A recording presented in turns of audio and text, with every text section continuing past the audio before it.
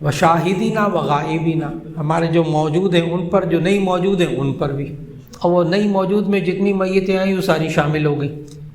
جو دنیا سے گزر گئے، یا اللہ ان کی بھی مغفرت فرما،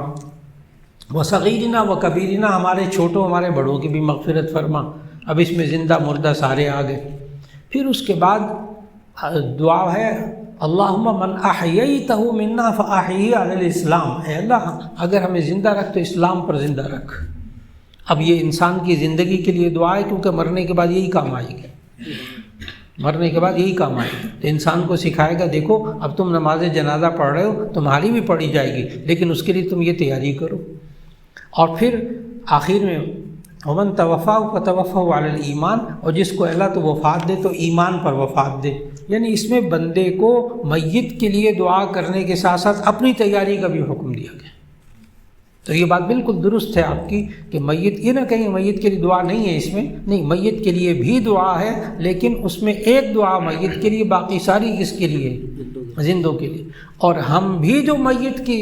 دعا کرتے ہیں نا مغفرت کی، ایک طرف اس کی مغفرت ہوتی ہے، ایک طرف ہمیں ثواب ملتا ہے۔